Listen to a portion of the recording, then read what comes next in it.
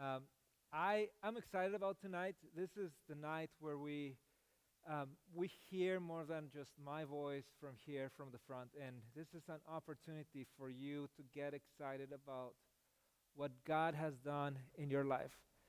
One of the things that we firmly believe is that God is writing a story in your life worth telling. How do we know that? Because He paid a price through Jesus Christ, and if Jesus is at work in your life, this is a story that must be told. There's a book of the Bible called the Acts of the Disciples, right? And that is the story of what happens when Jesus reaches out into the hearts of people, and what happens when the hearts of people catch on fire. How entire communities began to be transformed and changed just because some people were willing to say, "Not my will be done, but your will be done," and because God empowered them with His Holy Spirit. And so, what I'm asking you tonight is to bring forth your story, and we're going to have a couple of rules so that we're on the same page. Let me ask about what kind of stories we're looking for here. We can go in a couple of directions. You can decide if this is something that you want to share with us, but we would love to hear your personal testimony in terms of when did you meet Jesus? Maybe it was this past year, maybe it was recently, maybe it was earlier, and we would love to hear when you came to know Christ. What was that moment when you realized, I need to give my life over to Jesus? And if you do that, we're going to be really excited. Maybe you're thinking, okay, I've already shared my testimony, and some of you already have before. If that's the case, and you would prefer to share another part of your story, one of the things that we believe too is God is still writing your story today. There may be something that is absolutely worth telling. We would love to hear. What is God speaking to you recently? What is He doing in your life, in your heart? What I would want to invite you not to do is not to lift someone higher than Jesus, right? It's not about night of testimonies about how awesome Ashley is or how awesome Corey is. We want to celebrate them. It's okay to mention them, but the name above all names is Jesus, right? It's not about the gathering tonight. We want everything to point at Jesus tonight, and most obviously, it's not about the person at the mic. So you don't need to come here with a polished, perfect kind of speech. We are not looking for that. We're not here to impress each other with whose presentation is more exciting or whose sins were more awful than the others. We're not going to do a sin competition. So you win or I win. So whoever wants to win, that's fine, but let's not make that about this. This time we're going to make it about who Jesus is and what He has done in your life. And the last thing is, let's keep it to about 5 minutes. So that means that hopefully you wrap your mind around it. You check on your cell phone what time you're starting to talk, and then there's an end to it, right? Because we need to get out of here at some point, right? But let's be excited, guys, and let's bring forth something that glorifies Jesus. If this is not your time, maybe this is time for you just to listen. So something may happen that people are coming and you feel like, man, if I don't go now, I'm put on the spot and I have to say something. Let's be authentic. Let's just speak from what God is actually doing in our hearts. And if you come here, we want you to be as excited as you are following Jesus. We want that to shine through. Feel free to grab this mic. I'm leaving this here. If you want to put some notes here or anything, if you prepared anything, feel free to go ahead and use that. Grab the mic. Grab it and just speak at the mic. We would love to be able to hear and just to that everyone, whether here or in the internet, can hear your story. So I'm excited. We're going to pray, and then we're going to get started, and then we'll just get to enjoy to hear what God is doing in your life. So would you pray with me? God, render this time to you, and we tell you that you are worthy of everything, God, and our lives are such a humble place for the King of Glory to come and reminded of how you were born in a manger, God. And that sometimes I feel like I'm that manger, God. That there is not much that shows, shines, that you may choose to be born in me. And I am born again because of you. And so I thank you for each one of us, God, that didn't do anything to your favor. But tonight we're here to say, God, we're humbled that you have made a dwelling place in our lives. And so here we are. We bless you. We thank you for who you are, what you have done, and what you will do, God. And we praise you, God, in advance, in the name of Jesus Christ. Amen. Amen. So feel free. Here's the mic for you guys.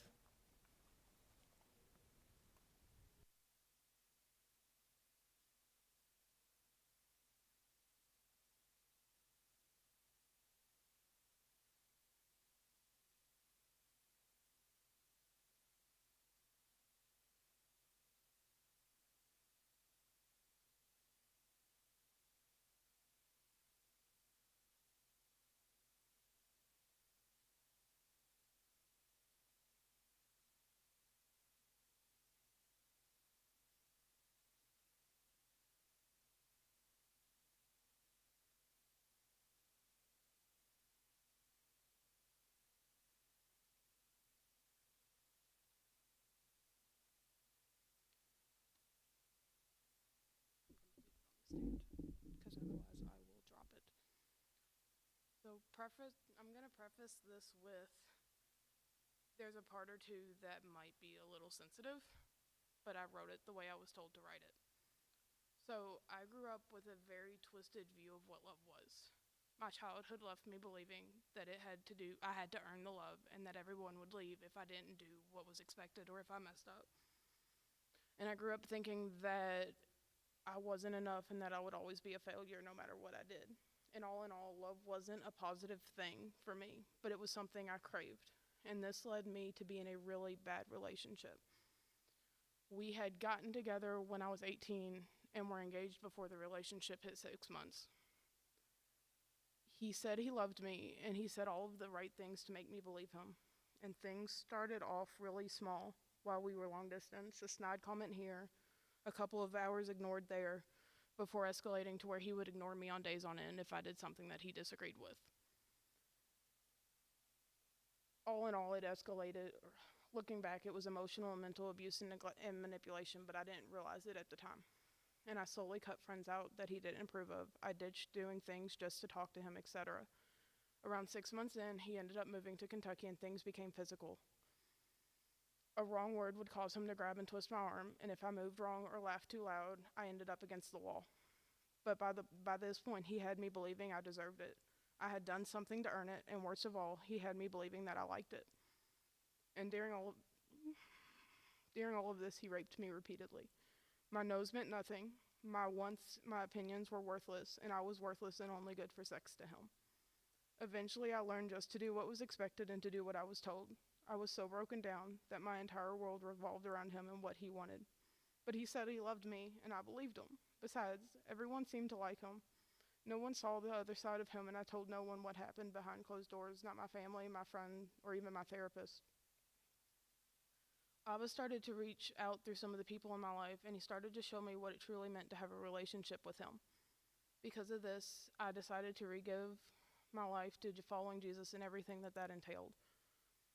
Because of that, during this time, Abba had given me signs that I needed to leave my ex. Little nudges here, some thoughts there, like when my plan to move to North Carolina failed, which would have left me without anybody, or when my car would always have car troubles when I'd go to visit him. Even him becoming a truck driver, so he was around less and less. But I brushed those things aside, and I thought those things aside because, well, he loved me, and no one else would want me anyways. And at this point, I thought that those thoughts and nudges from Abba were actually coming from myself, and that was my own insecurity and me not wanting to be quote-unquote happy. I ignored them because even the Bible says in 1 Corinthians 7:20 that once you're saved, you shouldn't go and change your situation. And I was also taught that when you should honor your commitments, including the promise to get married. So I stayed, and I thought maybe if I loved him enough, or if I was good enough, he would give his life over to and everything would be fine. Eventually, I realized that the sex and the other physical things needed to stop, and I needed to tell him this. This terrified me because That was the one way I thought I could show I loved him, and it was the only thing he wanted. However, the want to do what Abba wanted me to do was stronger than the fear I felt of him. And I made a point to have the conversation in public, because at least that way, if he lost his temper, there would be witnesses, and he never hurt me around others, so it would be safer. That was the start of the end. It started with him asking if he could see people on the side until I got over this Christian thing. And a couple months later, he was lying about where he was and avoiding my phone calls. One morning, he said he loved me, and not even 2 hours later, I got the phone call that he broke things off. At the time, I was numb about it, but I was careful. I didn't say anything bad about him. I never spoke a word against him. And I hadn't loved him for a long time before that.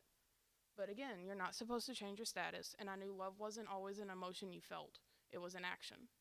As time went on, I started to realize exactly how much damage he had done to me and the amount of control he had. And even then, those following months, if he had come back, I'm not sure I would have been able to tell him no. It took me months to realize that what he did was wrong and that it was abuse. And looking back, I see where Abba was telling me to leave and protecting me from the worst of it.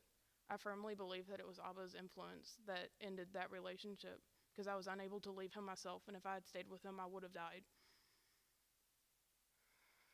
One way or another. Abba is the only reason I'm standing here today with any semblance of understanding what love is, not the twisted version that I once thought it was. Love is patient and kind. It doesn't degrade you and make you feel like you're lesser.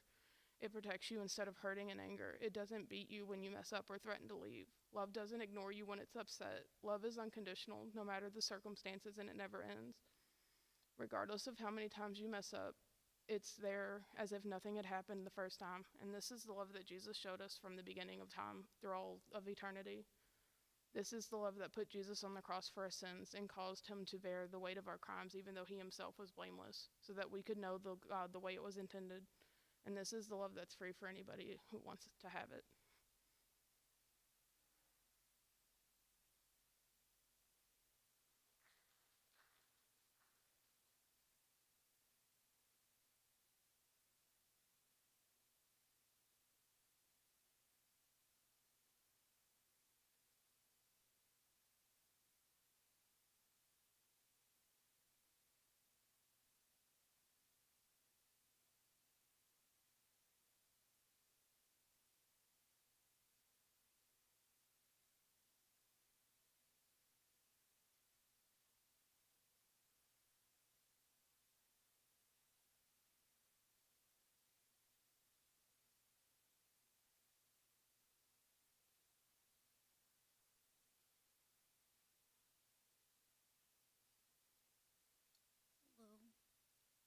Hello. So originally, I wasn't planning on saying anything, but God told me that there is a bit of my testimony that I should be sharing. So we're just going to wing this and see where this goes. I'll try to keep it under 2 minutes or 3 minutes.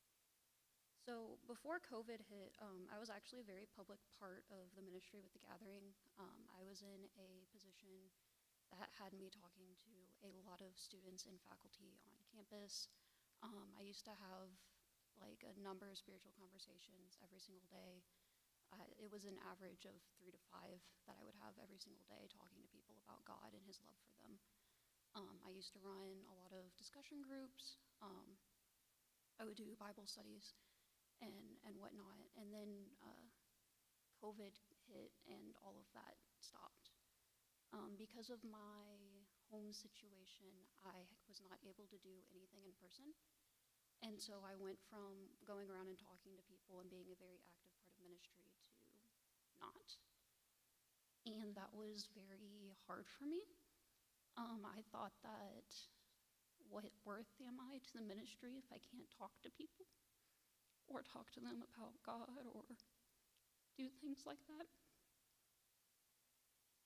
And then I also thought, if I can't see people in person, how lonely is that? But over the past year, God has shown me how very not alone I am. I haven't felt closer to God ever since this past year in isolation. I learned that it doesn't matter my situation. I think it was like 3 months in when I was sitting there, I wonder what use am I to God, that he started bringing people to me to talk to online, and they would just be like really random encounters. Like someone would randomly message me and be like, "Hey, how are you?" And somehow it would turn into me sharing like how good God is. I ended up helping random people online in situations that I never thought that I would ever end up being in. But there was a catch with me doing that. I had to do it God's way. Anytime that I tried to reach out to somebody and try to like force an encounter, it never worked. I couldn't do it that way. But when I did what God told me to do in the conversations, it would always end up getting someplace really deep. I can't tell you how many times I would end up in a conversation with someone and it would end and I would be like, okay, well, I need to follow up with them because that's what you do. You follow up with them to make sure that they were paying attention and they were thinking about what you said. And God would be like, you're not to contact them until they contact you first. And I'm just like, well, that doesn't make any sense. That doesn't make a lick of sense at all. Like, how is that supposed to work? But I wouldn't contact them, and it would never fail that they would contact me with a bunch of questions about God. Or God would tell me to say something in a conversation that didn't make any sense. And it was not something that I personally thought that they needed to hear, but I would say it, and ends up that was exactly what they needed to hear. It actually led to my sister giving her life over during a really hard situation. And during all of this time, God kept teaching me that my worth is not in how good my ministry is. It is not in how many people I talk to about him each day. It is not in me forcing things. It is not in me trying to make things work. My worth is in what Jesus did for me. It is in my relationship and what God has done for me so I can have that relationship with him. And all I have to do is just do what he says. It's that simple. It doesn't matter what situation I'm in, he's going to use it. It doesn't matter what I think my worth is in, or if I feel like I'm a failure because I can't do anything, or because I'm not talking to people very much, or because my I guess range of influence has gone down. My worth isn't in that, and that's not who I am. It's in what Jesus did for me. So yeah, that's what God has done the past year for me.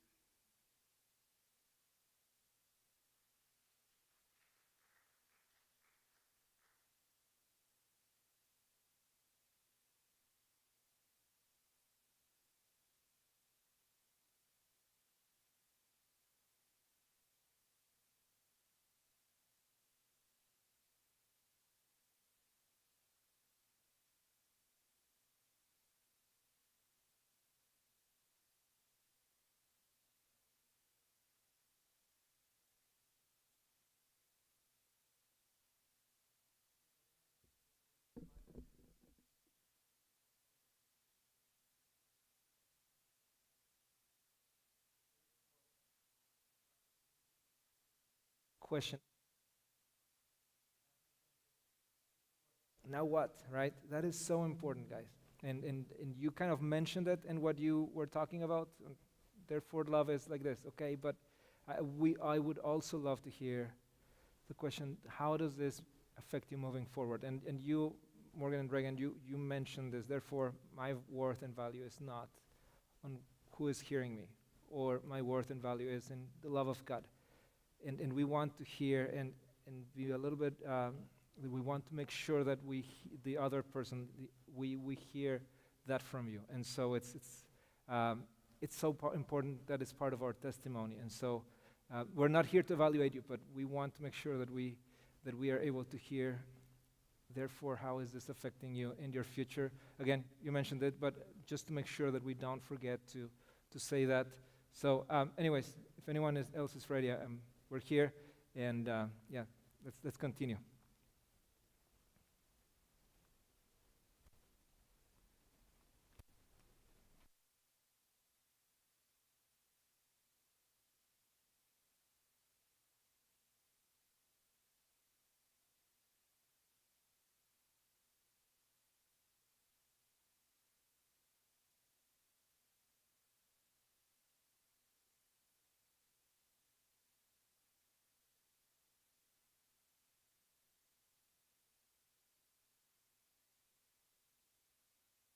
Okay.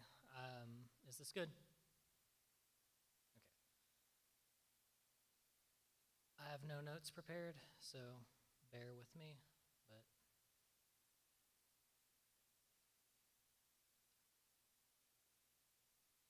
about 2 years ago, I thought I had family. Like,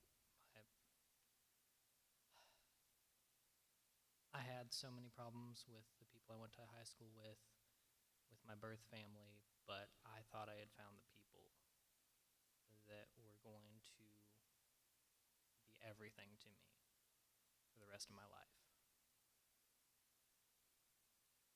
I was so nervous around them at first.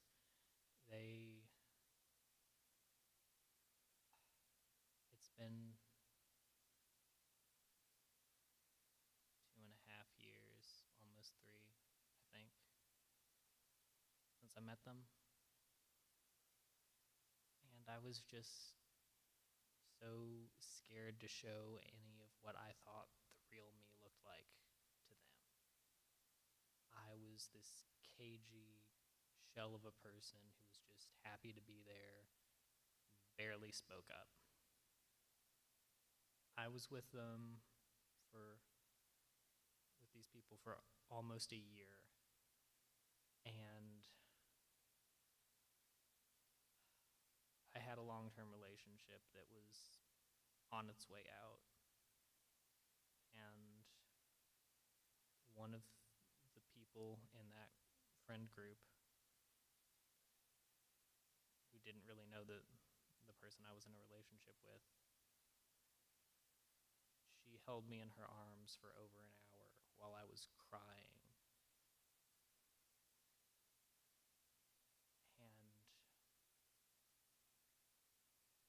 I told her how insecure I was around all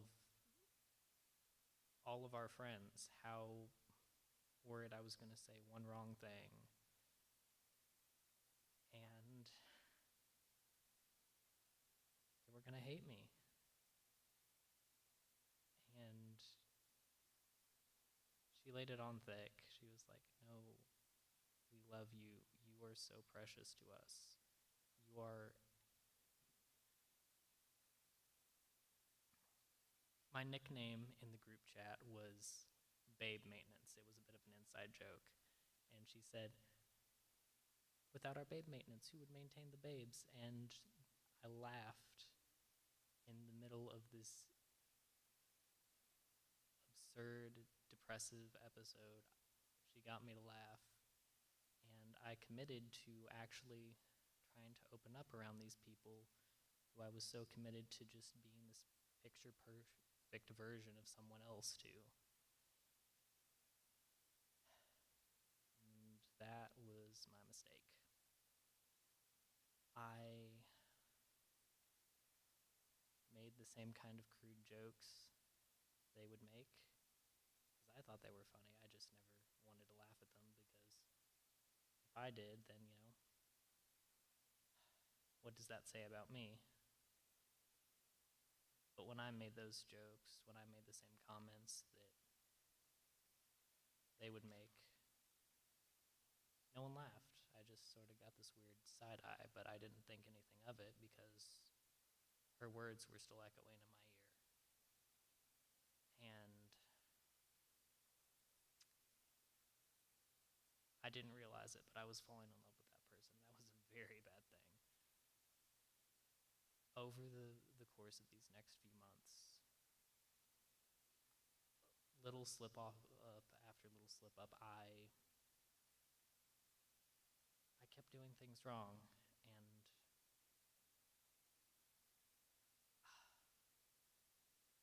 eventually, with next to no warning, they just didn't want me around it anywhere. I was kicked out of every group chat over the course of a few hours.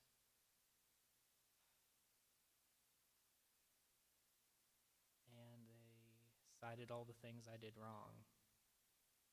Every time I talked to them and said, "Hey, if I ever do anything that upsets you, please please just let me know, because the last thing I want to do is lose you all.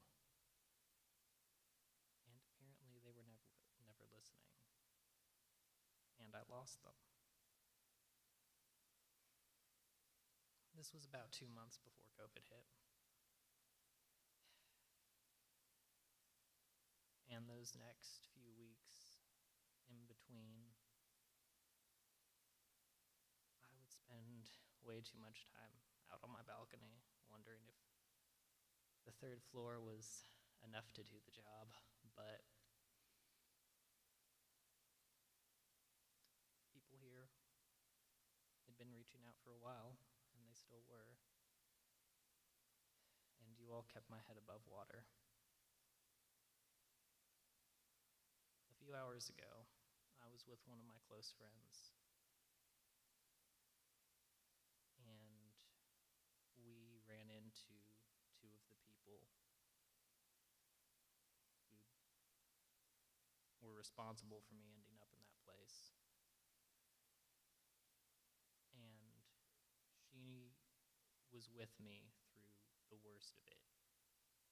She knew how close I came to ending it all. And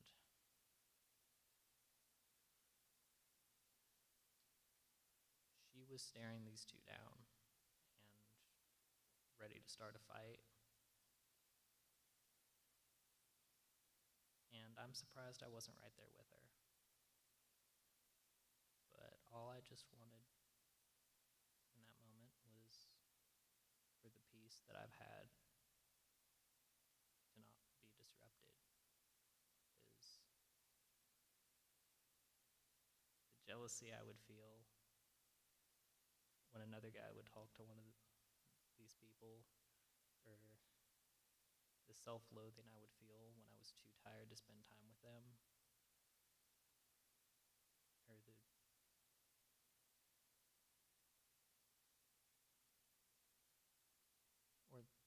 the wrath I felt when they cut me off, and the only thought in my mind was, how dare you? That all hurt, and I don't want to hurt anymore. God's shown me how to quit putting myself through hell. And I want to be that peace in people's lives. I don't know what that looks like moving forward.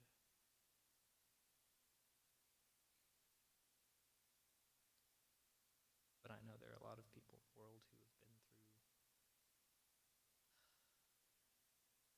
worse situations than mine, and I want them to experience the same 180 that I did. I don't know how I'm going to be a part of that, but I will. And thank you all for getting me here.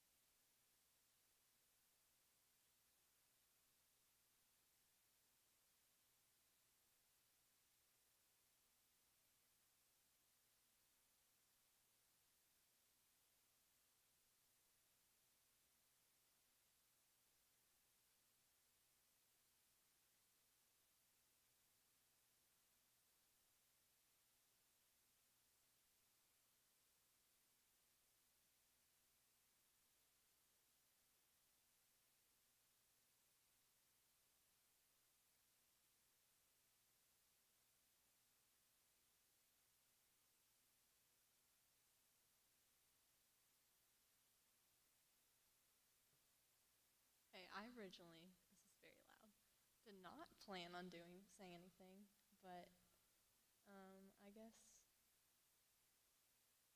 God kind of just spoke to me on the way here, and it's not my life testimony, but it's just something that God's been doing recently in my life, and I've seen him working these past few years, I guess, especially since I've started college, and it's kind of a change on the tone of everyone else's testimonies, so I'm a little sorry about that, but I think the greatest thing that I've learned these past few years is that God's a redeemer. Start off with more recently, he's been my redeemer of peace. I think I've talked a little bit to like people in my Bible group and some other of you guys. Recently, there's like a situation that I was struggling to obey God in something that I knew he was telling me to do, but I just didn't want to, and I was holding on to something else that I really desired, and that was like more pleasing in the moment, I guess.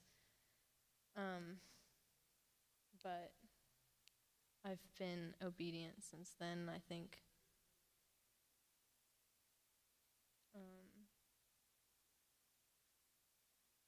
In that he's shown me, oh gosh, I'm trying to read my notes, but they're not actually notes, so bear with me, hold up. He's shown me that the reward and joy in following him above everything else in the midst of grief that I had experienced as a result of obeying him. There's so much more. He's shown that he's gracious in providing me with such an intimate closeness with him that I didn't deserve despite disobeying him. And I think music has been like a big part of that recently, because in these seasons of obeying him through the grief, he's spoken to me a lot through music and redeemed that in my music, if that makes sense, like through my music. He's also been a redeemer of my plans. So when I started college, I wanted to go to Duke. I didn't want to come here. And if I had gone there, I would have had to take out tons of loans, but I just thought the campus was so pretty, and I had my mind set on there, so I was like working on my ACT and my grades, and I think I had all the statistics to get into it, but I didn't, and so really my other only choice was to come here, which I wasn't upset about, and I'd already taken classes here, so I knew a lot of people, and I had connections, and I was pretty happy with staying here, but I knew that it wouldn't be the best, or I thought, but in staying here, just realized I had a long conversation with my roommate last night, and I think at the end of that, I've just realized how he's moved in every little detail in every season, because yes, I didn't want to come here, but I had a scholarship. I'm living in a nice apartment, not having to worry about finances or any of that, and the friends that I made my senior year of high school taking classes here are the ones that I'm like still with right now, and I'm like rooming with one of them next year, and I wouldn't have even taken that class and met those friends because it was a communication class, and I was trying to get into specific chemistry class, which is the only one that fit with my school schedule, but it was an honors class, so I had to like talk to the advisor or whatever, and she was like, oh, I'm also teaching a communications class, so if you want, you can take that. And I didn't want to say no to her because she was so sweet, so I was like, sure, I guess I'll take it. And that's where I met Paige, my roommate, and then became their friend, became part of their friend group. And I guess we talked for like 6 hours last night, just about God, and like one of my friends is going through a rough patch, like telling his mom details about what he believes and where his stance is. So we were able to get into that, and I've been able to have so many spiritual conversations through like what God has guided me into. And just he's brought such great friends. Like I don't think I've ever had a season in my life where I haven't had close Christian friends to lean on, and like you guys obviously. But even when like one of those people steps out, he brings people at the perfect time. Like I was telling Abby, like my friend Elizabeth was kind of keeping me grounded in my faith, and then she went off to Rhode Island, and literally a month later Abby like stepped into my life and started kind of like guiding me through where she left off, and it's just amazing to see how God's been working there. And then he's been a redeemer in my conversations and relationships, and I guess I've talked about that a little bit, but like I've seen that every relationship that I've had, even if like I still am not in contact with the person, like every conversation that I've had through those has been useful in later conversations, or just has strengthened my faith in God so much, and has gotten me to think about like why I actually believe in God. And I was talking to her about the philosophy earlier, and I don't think I would have known anything along those lines if I hadn't had these conversations. And even the one I had with my friends last night, like I was able to say so confidently what I believe just because he's prepared me these past few months and like past 2 years, I guess. And then he's a redeemer of my talents. So like growing up, I was in art classes from probably 4th to 12th grade, and then started piano classes when I was 5, and I absolutely hated it, and I dreaded playing the piano and going to classes for the next 10 years.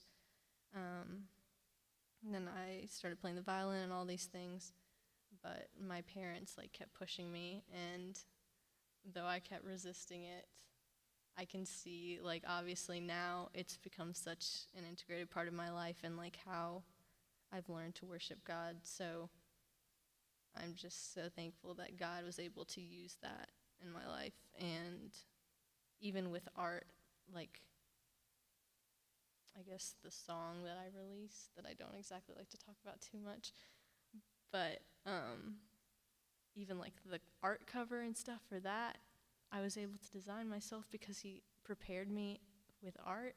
And then obviously the music was there, and I'd like done some video editing things and technology stuff, so I was able to like catch on to using the programs really quick. So it's just crazy to see how everything in my life that God has put me through is like all come together for specific purposes now.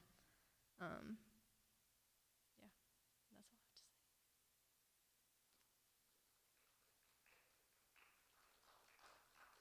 Oh, and then I guess moving forward,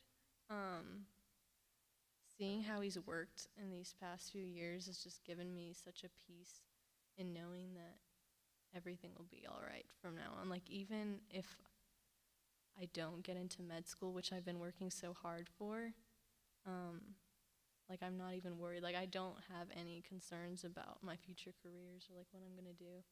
And yeah, it's just given me such a peace. So I know that I'm gonna be okay.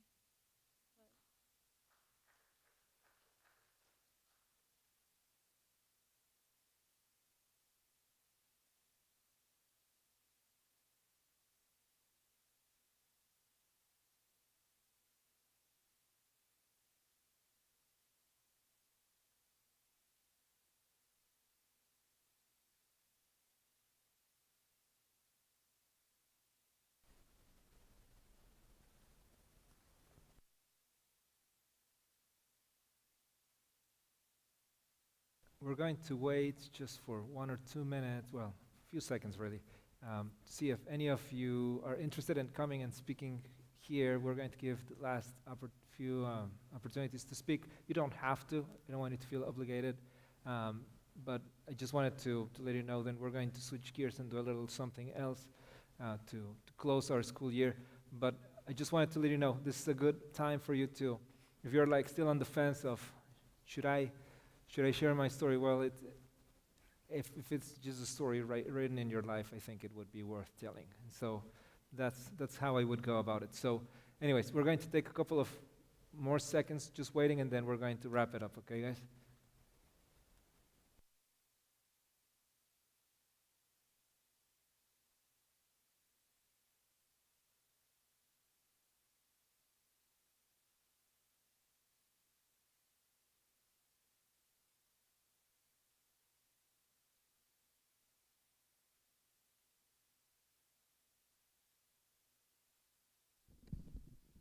Okay, just gonna hold it.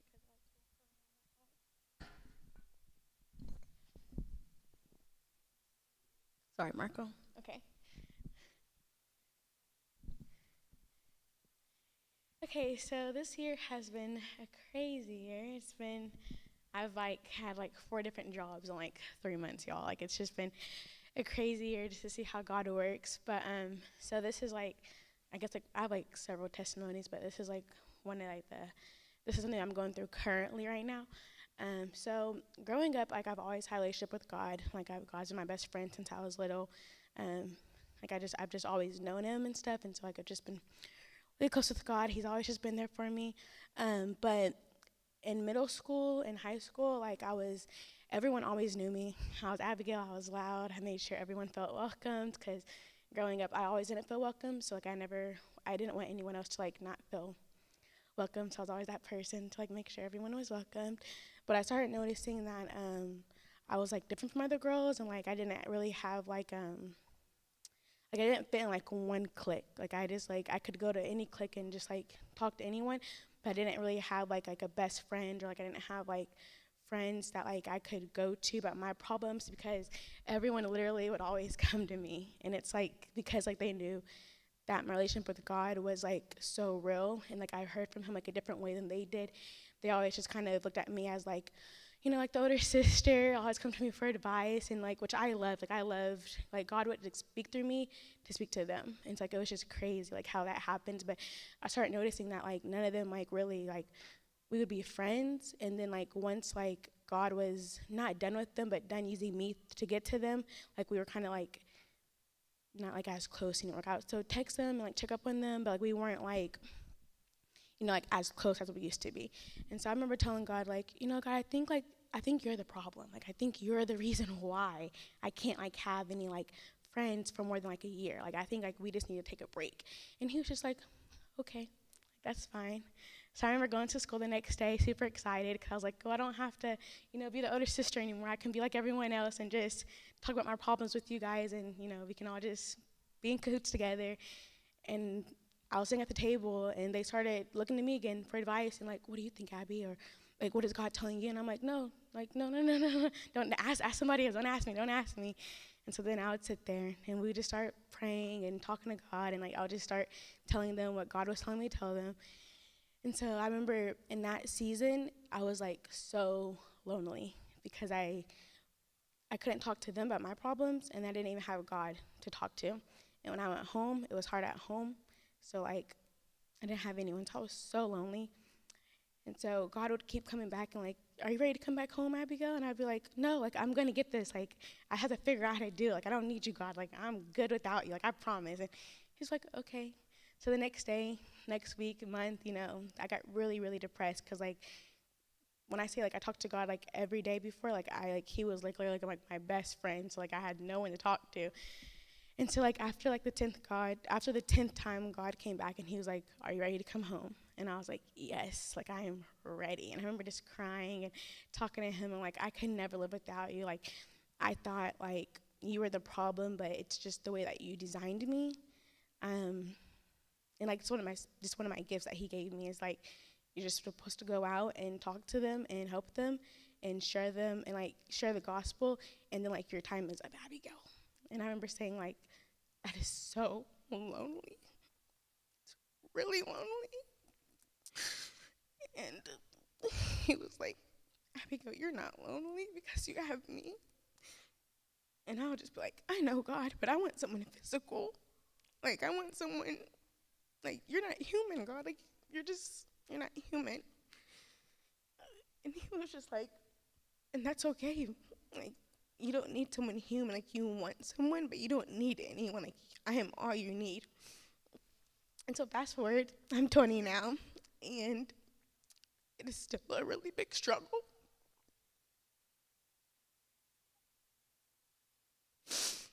To meet so many people and like speak to them. And like when I speak to them, it's not even me, it's God. When I speak to them, I'm like serious and my whole mood changes, and it's like literally like just God comes over me, like just starts talking through them. And then like when it's done, I go back to being me and funny and goofy. And then like, so like I help them, and like, or God helps them through me, and then, you know, like we're done. We're not close anymore. And so like through this season now, I'm still going through it. He's just showing me that Jesus, that he's all I need, and that humans and like friends will let me down. Like, he's never failed me. And so I'm starting to learn now that like he's never left me. Like, he's always been there since I was like a little girl. And so fast forward now, like I just said, the testimony that I'm like sharing right now is that when life gets hard, you just have to remember that like God is still always with us. Like, he's never gonna leave us. He's never gonna fail us. He's always gonna be right beside us, even if we like can't physically see him or feel him. Like, he's still right there. And one thing that God always says is, I didn't just die for anything. Like, I died for you because you were one of a kind. And something that keeps me going every day is realizing that I'm not living this life for me. I'm living it for him. So even though like I want that best friend, I'll never have that best friend because I'm living that for me and not for God. By me having a best friend isn't going to glorify God anyway. And so that's something that I'm working on right now. So, yeah.